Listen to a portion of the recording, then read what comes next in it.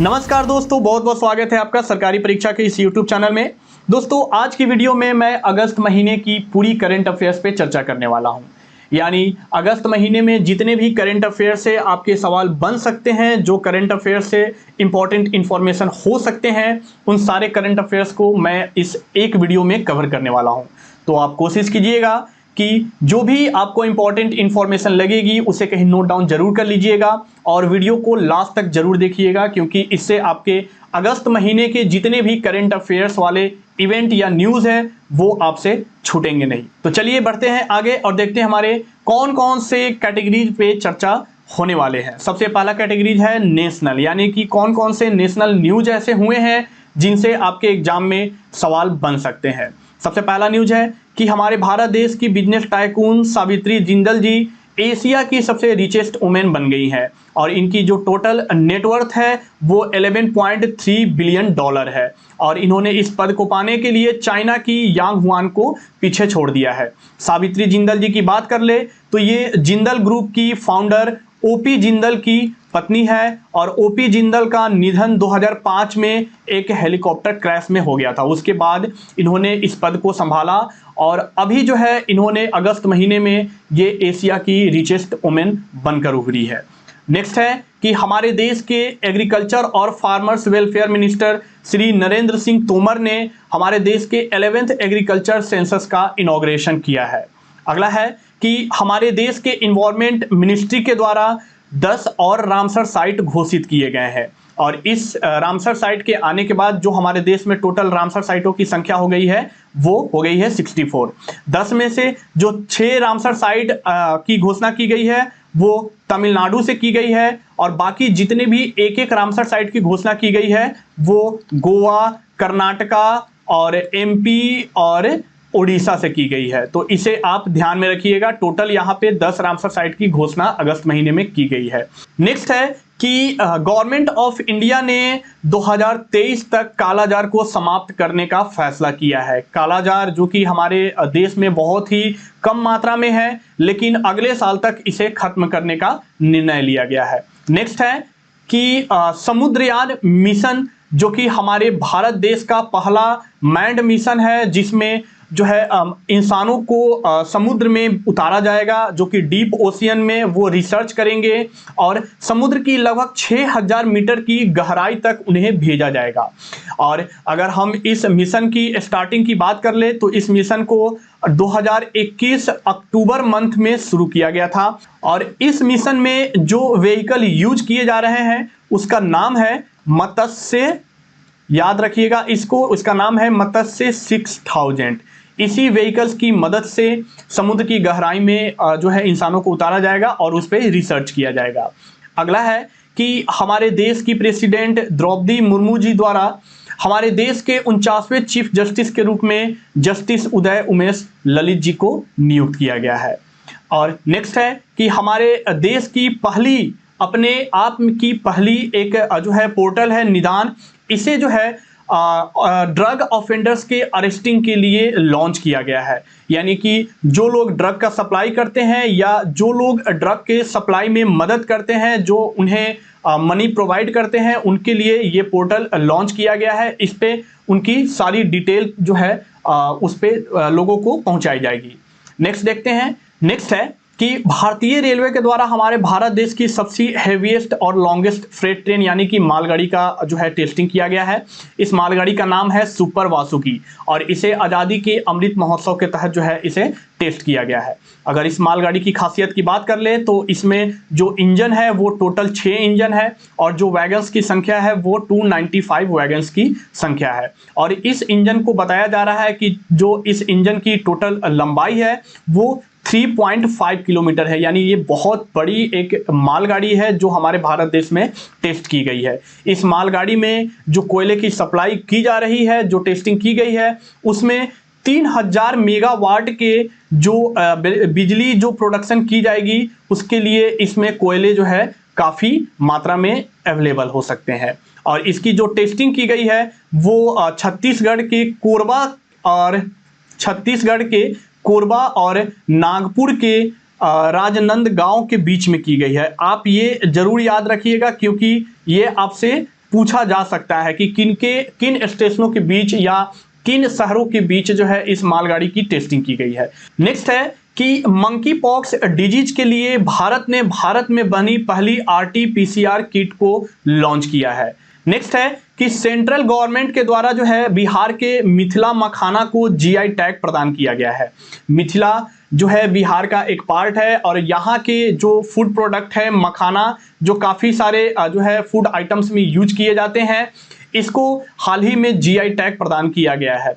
Next है कि हमारे देश के केंद्र सरकार के द्वारा एक नेशनल अवार्ड्स पोर्टल का शुभारंभ किया गया है। इस पोर्टल का अगर हम यहाँ पे देख ले तो www.awards.gov.in, यानी कि जितने भी अवार्ड के नॉमिनीज है इस पोर्टल के माध्यम से वो अपना हर एक फॉर्म जो है फिल कर सकते हैं और इस पोर्टल पे उनके सारे डिटेल्स अवेलेबल कराए जा सकते हैं। नेक्स्ट देखते हैं। नेक्स्ट है कि हमारे देश के प्राइम मिनिस्टर श्री नरेंद्र मोदी ने एशिया के सबसे बड़े largest private multi speciality hospital यानी कि अमृता हॉस्पिटल का इनॉग्रेशन किया है और एशिया का ये सबसे बड़ा प्राइवेट मल्टी स्पेशलिटी हॉस्पिटल है जिसमें टोटल 2600 बेड अवेलेबल है। और इस हॉस्पिटल को कहाँ स्थापना किया गया है तो फरीदाबाद में इसे जो है इसका इनॉग्रेशन किया गया है और बताया जा रहा है कि ये जो अमृता हॉस्पिटल है ये अमृता आनंदमयी मठ के द्वारा इस हॉस्पिटल का देखरेख किया जाएगा।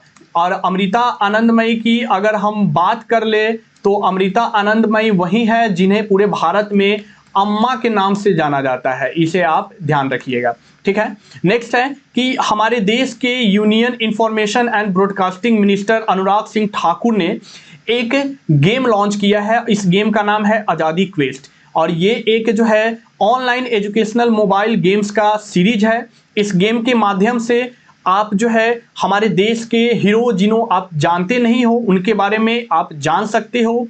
और इस गेम में टोटल 75 जो है स्टेप दिए हुए हैं, यानी कि हर एक स्टेप में आपसे टोटल 75 क्वेश्चन पूछे जाएंगे जो कि हमारे देश के अननोन हीरो से रिलेटेड होंगे।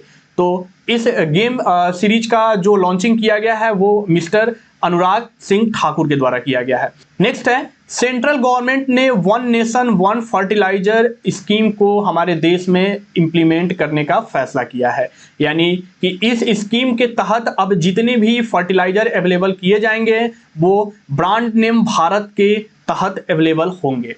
और इसमें एक भारत का लोगो भी, जो फर्टिलाइजर के जो पैक होंगे उसमें एक भारत का लोगो भी शामिल होगा। और उस लोगो के देने का कारण यही है कि लोग जो है इसमें डुप्लीकेट जो बनाते हैं वो नहीं बना पाएंगे।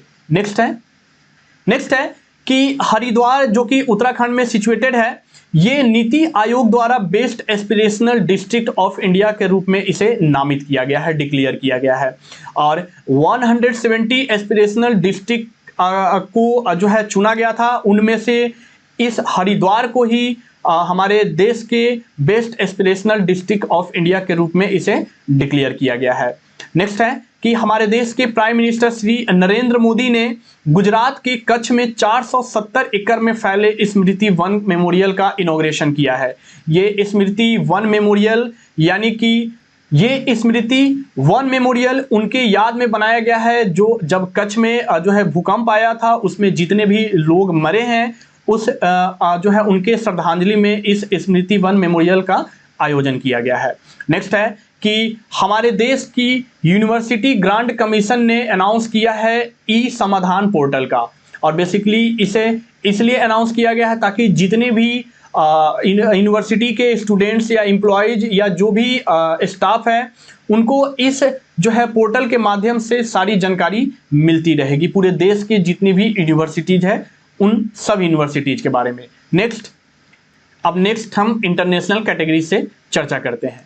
तो इंटरनेशनल कैटेगरी में सबसे पहला न्यूज है कि हमारे देश के प्रधानमंत्री श्री नरेंद्र मोदी वर्ल्ड के मोस्ट पॉपुलर लीडर बन चुके हैं और इसके लिए उन्होंने बाइडेन यानी कि यूएस के प्रेसिडेंट जो बाइडेन जैसे नेता को भी पछाड़ दिया है। और ये दूसरी बार है जब हमारे देश के प्रधानमंत्री वर्ल्ड के मोस्ट पॉपुलर लीडर के रूप में उभरे हैं।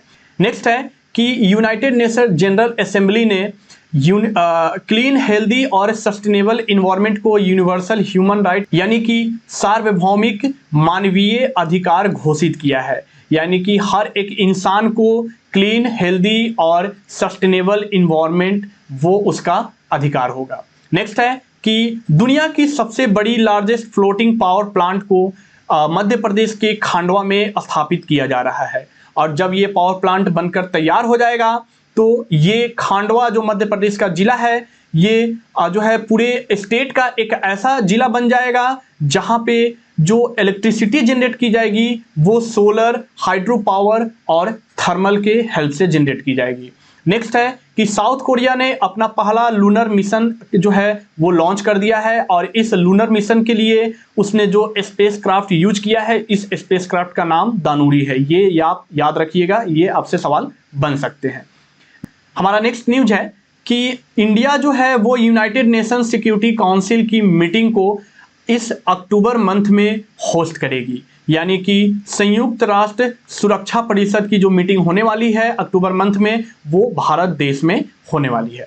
नेक्स्ट है कि कोलंबिया के पहले लेफ्टिनेंट प्रेसिडेंट के रूप में गुस्तावो पेट्रो को जो है वो नियुक्त किया गया है और ये कोलंबिया के पहले लेफ्टिस्ट प्रेसिडेंट बन गए हैं और ये कोलंबिया के M19 गुरिल्ला ग्रुप से ये बिलोंग करते हैं। नेक्स्ट है कि सिंगापुर का जो आइकॉनिक साइट है पडांग, उसे नेशनल मॉन्यूमेंट ऑफ सिंगापुर के रूप में डिक्लेयर किया गया है और पडांग वही जगह है जहां से नेताजी सुभाष चंद्र बोस जी ने दिल्ली चलो का नारा दिया था। और ये दिल्ली चलो का जो नारा दिया गया था, ये कब दिया गया था? तो 1943 में दिया गया था। नेक्स्ट न्यूज है कि अफ्रीका की एक जो है पापुआ न्यू गिनी कंट्री है, उसके जो है प्राइम मिनिस्टर के रूप में फिर से जेम्स मरापे को नियुक्त किया गया है। नेक्स्ट देखते हैं। नेक्स्ट है कि केन्या के अगले प्रेसिडेंट के रूप में विलियम समोई अराप रूतो को जो है नियुक्त किया गया है और इंडिपेंडेंस के बाद, केन्या जब से इंडिपेंडेंस हुआ है तब से ये केन्या के 5वें जो है ये प्रेसिडेंट बने हैं। नेक्स्ट है यूके विश्व की यानी दुनिया की ऐसी पहली कंट्री बन गई है जिसने कोविड-19 ऑथराइज्ड वैक्सीन को ओमिक्रॉन वेरिएंट के लिए यूज किया है। यानी इस बाईवैलेंट वैक्सीन को जो यूज किया गया है वो यूएस की ड्रग मेकर कंपनी मॉडर्ना के द्वारा जो है बनाया गया है और इस जो है वैक्सीन को यूके ने ओमिक्रॉन वेरिएंट के लिए भी जो है वो मंजूरी दे दी है। अब नेक्स्ट न्यूज है कि ये स्कॉटलैंड जो है दुनिया की पहली ऐसी कंट्री बन गई है जिसने सैनिटरी प्रोडक्ट्स को जितने भी पब्लिक प्लेसेस है वहाँ पे पब्लिक के लिए फ्री कर दिया है। और नेक्स्ट न्यूज है कि हमारे एयर इंडिया की पायलट कैप्टन जोया अग्रवाल जो है, जो बोइंग 777 विमान चलाती है, ये पहली भारतीय वुमेन पायलट बन गई है जिनका जो है नाम जो है वो यूएस एविएशन म्यूजियम में शामिल किया गया है। यानी ये भारत देश की पहली ऐसी महिला पायलट है जो यूएस एविएशन म्यूजियम में इन्हें जो है इनका नाम दर्ज किया गया है। नेक्स्ट देखते हैं। नेक्स्ट है कि न्यूजीलैंड ने सोहा अली खान जो कि एक ये बॉलीवुड की एक एक्ट्रेस हैं, इनको जो है भारत देश के लिए अपना नया एजुकेशन ब्रांड एडवोकेट के रूप में। नेक्स्ट न्यूज है कि मैक रदरफोर्ड दुनिया के पहले ऐसे यंगेस्ट पर्सन बन गए हैं जिन्होंने अकेले जो है सफ़र किया है यानी फ्लाई किया है। नेक्स्ट है कि वर्ल्ड की फर्स्ट हाइड्रोजन पावर ट्रेन का इनॉग्रेशन किया गया है और ये इसका इनॉग्रेशन जर्मनी में किया गया है। नेक्स्ट देखते हैं। नेक्स्ट है कि ब्लूमबर्ग रिपोर्ट के अनुसार साउथ कोरिया में दुनिया की सबसे लोवेस्ट फर्टिलिटी रेट यानी कि प्रजनन दर जो है वो दर्ज की गई है। नेक्स्ट देखते हैं। नेक्स्ट है कि सर्बिया की प्राइम मिनिस्टर के रूप में अन्ना बर्नाबिक को फिर से नियुक्त किया गया है। नेक्स्ट न्यूज की अगर बात कर ले तो हमारे देश के बिजनेस टाइकून गौतम अडानी जी एशिया के सबसे रिचेस्ट और दुनिया के 3rd रिचेस्ट पर्सन जो है वो बन गए हैं और इनकी जो रिपोर्ट निकाली गई है वो ब्लूमबर्ग बिलियनर इंडेक्स के अनुसार ये रिपोर्ट पेश की गई है। अब हम नेक्स्ट कैटेगरी में देखते हैं यानी कि स्पोर्ट्स कैटेगरी में अगर हम देख लें कि अगस्त मंथ में कौन कौन से करंट अफेयर्स पे आपके सवाल बन सकते हैं, तो वो है कि लॉन बॉल्स स्पोर्ट्स में भारत ने साउथ अफ्रीका को हराकर पहला गोल्ड मेडल इस स्पोर्ट्स का जीत लिया है। नेक्स्ट है कि तेजस्वी शंकर जब कॉमनवेल्थ गेम्स का आयोजन किया जा रहा था, उस समय ये भारत के पहले जो है ट्रैक एंड फील्ड इवेंट में मेडल जीतने वाले ये पहले खिलाड़ी बन गए। यानी इस मेडल को जीतने के बाद ये पहले ऐसे इंडियन स्पोर्ट्समैन बन गए हैं जिन्होंने कॉमनवेल्थ गेम्स में हाई जंप में जो है वो मेडल जीता है, और इन्होंने इस जो है हाई जंप में ब्रोंज मेडल इस साल जीता है। ठीक है, नेक्स्ट है कि वर्ल्ड अंडर 20 एथलेटिक्स चैंपियनशिप में रूपल चौधरी पहली भारतीय एथलीट बन गई है जिन्होंने 2 मेडल जीता है। नेक्स्ट अगर हम न्यूज की बात कर ले तो हमारे भारत देश की रेसलर विनेश फोगट जी ने कॉमनवेल्थ गेम्स 2022 जिसका आयोजन बर्मिंघम में किया गया था, इसमें इन्होंने 53 किलो कैटेगरी में इन्होंने भारत को गोल्ड मेडल दिलाया है। नेक्स्ट अगर हम बात कर ले तो हमारे भारत देश के लीजेंडरी चेस प्लेयर जिनका नाम विश्वनाथन आनंद है और ये 5 बार वर्ल्ड चैंपियन रह चुके हैं, इन्हें फीडे के जो है वाइस प्रेसिडेंट के रूप में नियुक्त किया गया है। फीडे का मतलब होता है इंटरनेशनल चेस फेडरेशन, और इस इंटरनेशनल चेस फेडरेशन के ये वाइस प्रेसिडेंट के रूप में इन्हें नियुक्त किया गया है। नेक्स्ट देखते हैं, नेक्स्ट है कि कॉमनवेल्थ गेम्स 2022 में भारत ने जो टोटल मेडल जीते हैं वो उसकी अगर हम संख्या की बात कर ले तो वो है 61, और 72 देशों ने पार्टिसिपेट किया था। इन 72 देशों में जो भारत की मेडल टैली में जो रैंक रही है वो 4th रैंक रही है। और कॉमनवेल्थ गेम्स की अगर हम बात कर ले तो इसकी जो शुरुआत की गई थी वो 28 जुलाई से की गई थी और 8 अगस्त तक ये गेम चला है, और इसमें हमारा देश तो मेडल टैली में 4था स्थान हासिल किया है। लेकिन अगर हम फर्स्ट प्लेस की बात कर ले तो फर्स्ट प्लेस का जो स्थान हासिल किया है वो ऑस्ट्रेलिया देश ने किया है, और ऑस्ट्रेलिया की मेडल टैली में जो टोटल मेडल की संख्या रही है वो 178 रही है। नेक्स्ट न्यूज है कि हमारे भारत देश के फुटबॉल टीम के कप्तान सुनील छेत्री जी ऑल इंडिया फुटबॉल फेडरेशन के फुटबॉलर ऑफ द ईयर 7वीं बार जो है ये नामित किए गए हैं। नेक्स्ट न्यूज है वी प्रणव भारत देश के 75th ग्रैंड मास्टर का खिताब इन्होंने जीता है, यानी ये भारत के 75th ग्रैंड मास्टर बन चुके हैं, और ये कहाँ से बिलोंग करते हैं तो तमिलनाडु से बिलोंग करते हैं।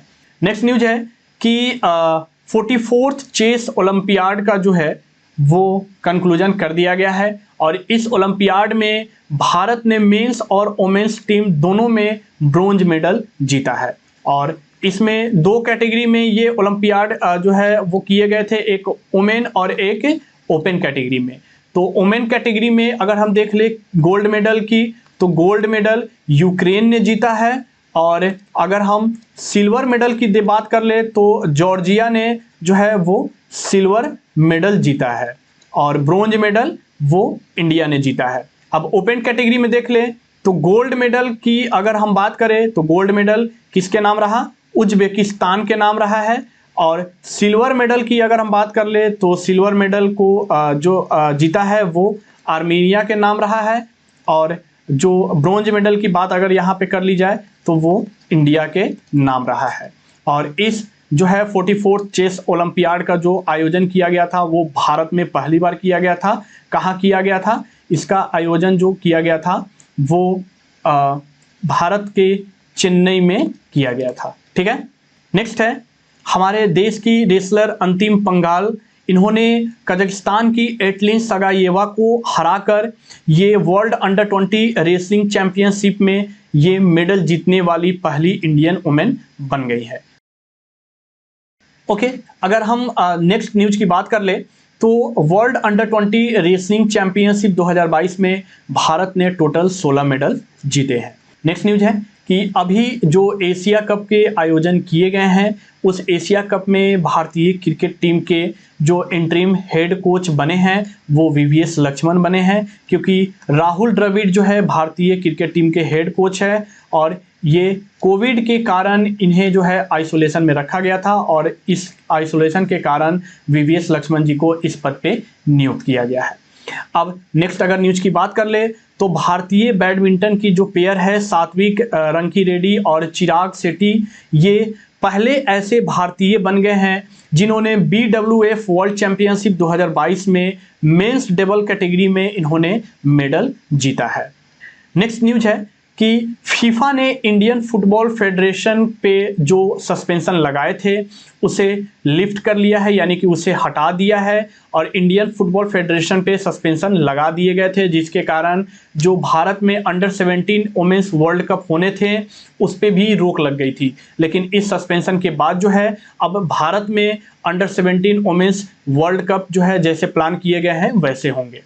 नेक्स्ट अगर हम देख लें तो मणिपुर की रहने वाली लिंथोई चनाम्बम, इनका नाम आप याद रखिएगा, इन्होंने भारत को जूडो वर्ल्ड चैंपियनशिप 2022 में 16 साल की है और इस 16 साल की कैटेगरी में इन्होंने भारत को गोल्ड मेडल दिलाया है इस चैंपियनशिप में। और इससे पहले भारत को इस चैंपियनशिप में गोल्ड मेडल तो क्या कोई भी मेडल आज तक नहीं मिला हुआ था। नेक्स्ट देखते हैं। नेक्स्ट है कि नीरज चोपड़ा ने डायमंड लीग 2022 में गोल्ड मेडल जीतकर इतिहास रच दिया है और ये इस डायमंड लीग में गोल्ड मेडल जीतने वाले पहले जो है खिलाड़ी बन गए हैं। और इस लीग में जो नीरज चोपड़ा ने अपना बेस्ट थ्रो किया है वो 89.08 मीटर का किया है। नीरज चोपड़ा वही है जिन्होंने टोक्यो ओलंपिक में भारत को गोल्ड मेडल दिलाया था और टोक्यो ओलंपिक्स में जो इनका जो बेस्ट थ्रो था जिसके लिए इनको जो है गोल्ड मेडल मिला था वो था 87.58 मीटर।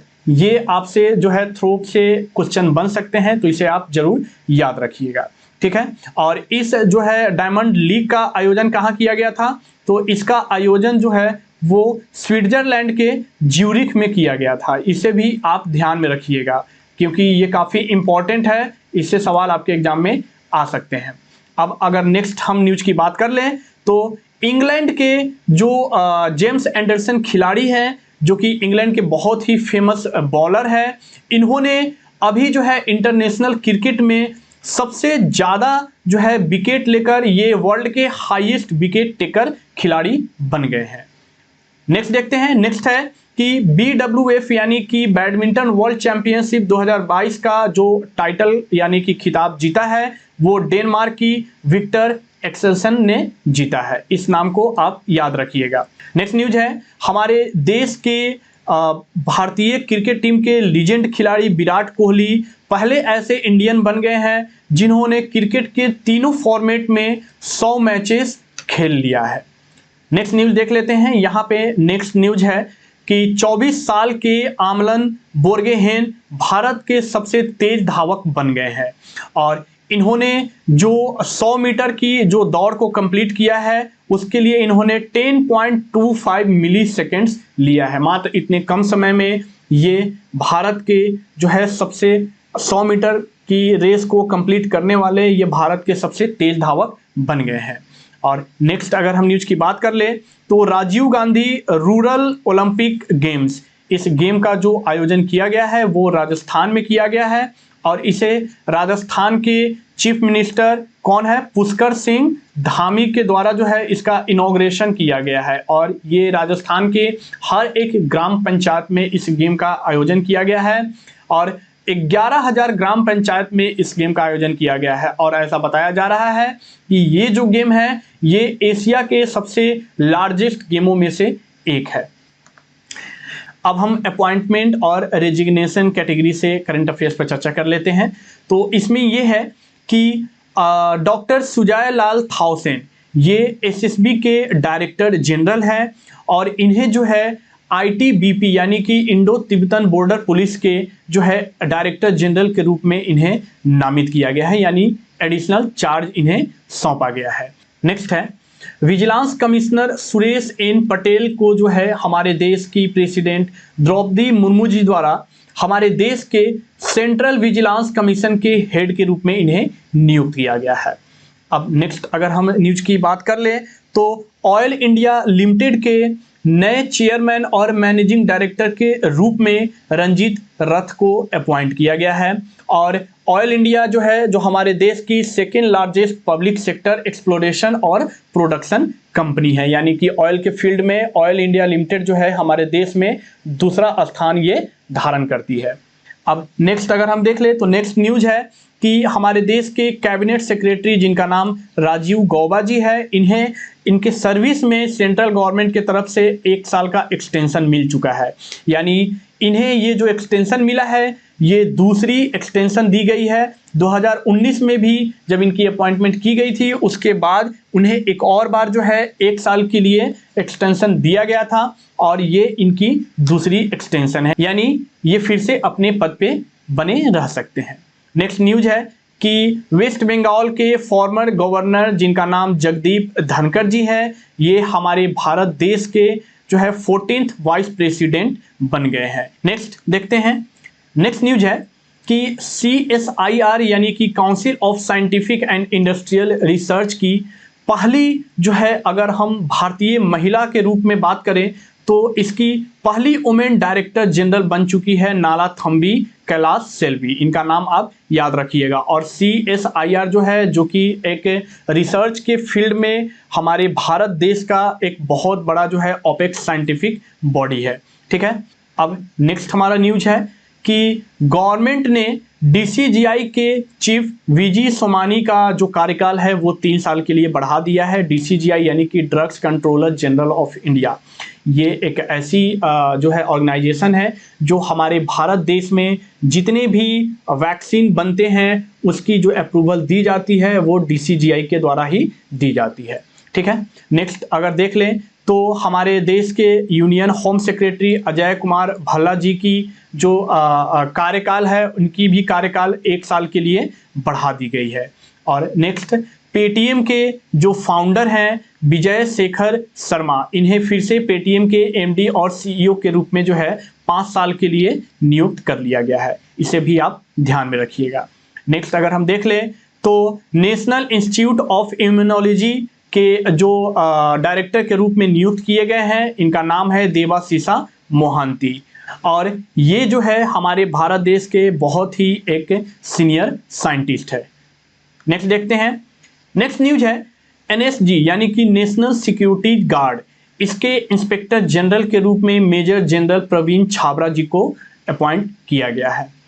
नेक्स्ट न्यूज ये है कि बांग्लादेश में भारतीय राजदूत श्री विक्रम के दोराई स्वामी जी को यूनाइटेड किंगडम में भारतीय राजदूत के रूप में नियुक्त किया गया है।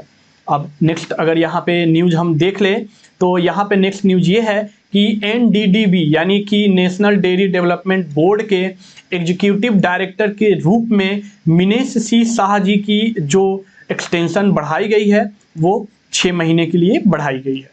नेक्स्ट बहुत ही इम्पॉर्टेंट है ये आपके लिए, और ये इम्पॉर्टेंट इसलिए है क्योंकि डिफेंस रिसर्च एंड डेवलपमेंट के सेक्रेटरी के रूप में और साथ ही साथ जो है DRDO के चेयरमैन के रूप में समीर V कामत जी को अपॉइंटमेंट जो है यानी कि नियुक्ति इनकी की गई है। इसे आप नाम जो है याद रखिएगा क्योंकि इससे सवाल बनने की संभावना बहुत ज़्यादा है।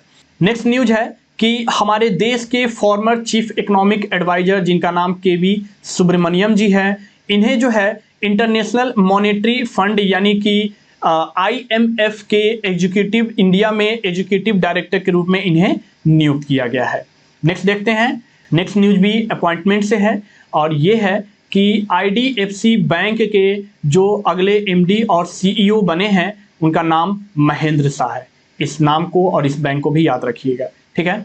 अब RBL बैंक से सवाल है, यहाँ पे RBL बैंक से यहाँ पे इंफॉर्मेशन है कुछ। तो RBL बैंक के जो नॉन एग्जीक्यूटिव डायरेक्टर के रूप में अपॉइंट किए गए हैं वो है शिव कुमार गोपालन और गोपाल जैन, इनकी नियुक्ति की गई है। अब अगर हम सेबी के होल टाइम मेंबर के रूप में अगर हम यहाँ पे इंफॉर्मेशन की बात कर ले तो अनंत नारायण गोपाल कृष्णन को अपॉइंटमेंट कमिटी ऑफ कैबिनेट के द्वारा जो है सेबी के होल टाइम मेंबर के रूप में 3 साल की जो है फिर से इनको जो है एक्सटेंशन कर दी गई है, यानी एक्सटेंशन दी गई है। अब हम अगले कैटेगरी पे चर्चा करते हैं। तो यहाँ पे जो कैटेगरी आपको दिख रहे हैं ये अवार्ड्स कैटेगरी से दिख रहे होंगे और ये जो न्यूज है ये आपके लिए काफ़ी इंपॉर्टेंट अवार्ड्स कैटेगरी से न्यूज है जो आपके एग्जाम में इससे सवाल बन सकते हैं। तो पहला है कि बांग्लादेश में जन्मी फहमीदा अजीम जी को 2022 पुलित्जर प्राइज से सम्मानित किया गया है। और इन्हें जो ये पुलित्जर प्राइज दिया गया है ये इनके एक रिपोर्ट के लिए दिया गया है। और इस रिपोर्ट का जो टाइटल है वो है how I escaped a Chinese entertainment cap. इस टाइटल के लिए इन्हें जो है पुलित्जर प्राइज से सम्मानित किया गया है। और आपको पता ही है कि जो पुलित्जर प्राइज है वो जर्नलिज्म के फील्ड के जो है सबसे बड़े सम्मानों में से एक है। अब अगला न्यूज यहाँ पे देख ले तो जो भारत के गुजरात में जो डांस किए जाते हैं जिसका नाम गरबा है, इसे यूनेस्को के इंटेंजिबल कल्चरल हेरिटेज लिस्ट में शामिल किया गया है। और ये जो डांस है ये बेसिकली दुर्गा पूजा के समय में इसे परफॉर्म किया जाता है। और इससे पहले जो अगर हम कल्चरल इवेंट की बात कर ले तो दुर्गा पूजा को भी यूनेस्को के इंटेंजिबल कल्चरल हेरिटेज में शामिल किया गया था। नेक्स्ट है जर्मनी की जो पूर्व चांसलर है जिनका नाम है एंजेला मार्केल, इन्हें यूनेस्को का पीस प्राइज 2022 से सम्मानित किया गया है। नेक्स्ट देखते हैं कौन कौन से न्यूज है। तो नेक्स्ट हमारा ये न्यूज है कि दिल्ली में सिचुएटेड आनंद ताल लेक जो कि साउथ दिल्ली में है, इसे हमारे देश के मोन्यूमेंट ऑफ नेशनल इम्पोर्टेंस के रूप में इसे डिक्लेयर किया गया है। और ये इसकी जो डिक्लेरेशन की गई है वो मिनिस्ट्री ऑफ कल्चर से की गई है।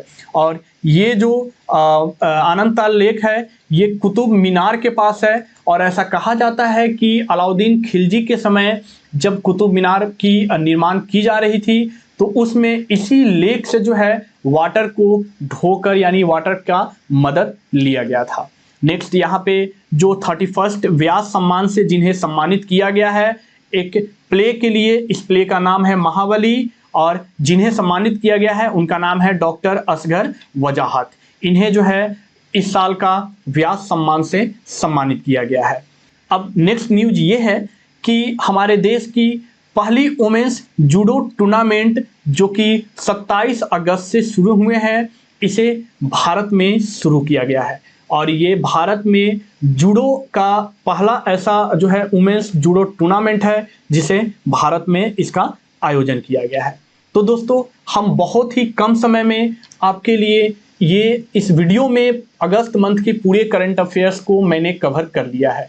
अगर आप और भी कैटेगरी में करंट अफेयर्स जो है इसकी जानकारी लेना चाहते हैं तो आप हमारे ऑफिशियल वेबसाइट जिसका नाम सरकारी परीक्षा है, इस सरकारी परीक्षा के आप जो है ऑफिशियल वेबसाइट यानी कि sarkaripareeksha.com के ऑफिशियल वेबसाइट पे जाएं और वहां आप जो है हर एक दिन, हर एक मंथ और हर एक कैटेगरी में करंट अफेयर्स आप वहां से पढ़ सकते हैं। हमने जो इस वीडियो में आपको करंट अफेयर्स प्रोवाइड किया है बेसिकली हमने कुछ ही कैटेगरी में प्रोवाइड इसलिए किया है क्योंकि इस कैटेगरी से आपके एग्जाम में काफ़ी सारे सवाल बनते रहते हैं। तो अगर आपको ये वीडियो पसंद आया है तो आप इस वीडियो को लाइक करें, शेयर करें और हमें कमेंट करके जरूर बताएं कि आपको ये वीडियो कैसा लगा है। साथ ही साथ इस चैनल को भी सब्सक्राइब कर ले और बेल आइकन को जरूर दबा ले ताकि अगली जो भी वीडियोज हो, चाहे वो करंट अफेयर्स से हो, चाहे वो आपके एग्जाम से रिलेवेंट हो, चाहे वो नोटिफिकेशन से हो, उसकी नोटिफिकेशन सबसे पहले आप तक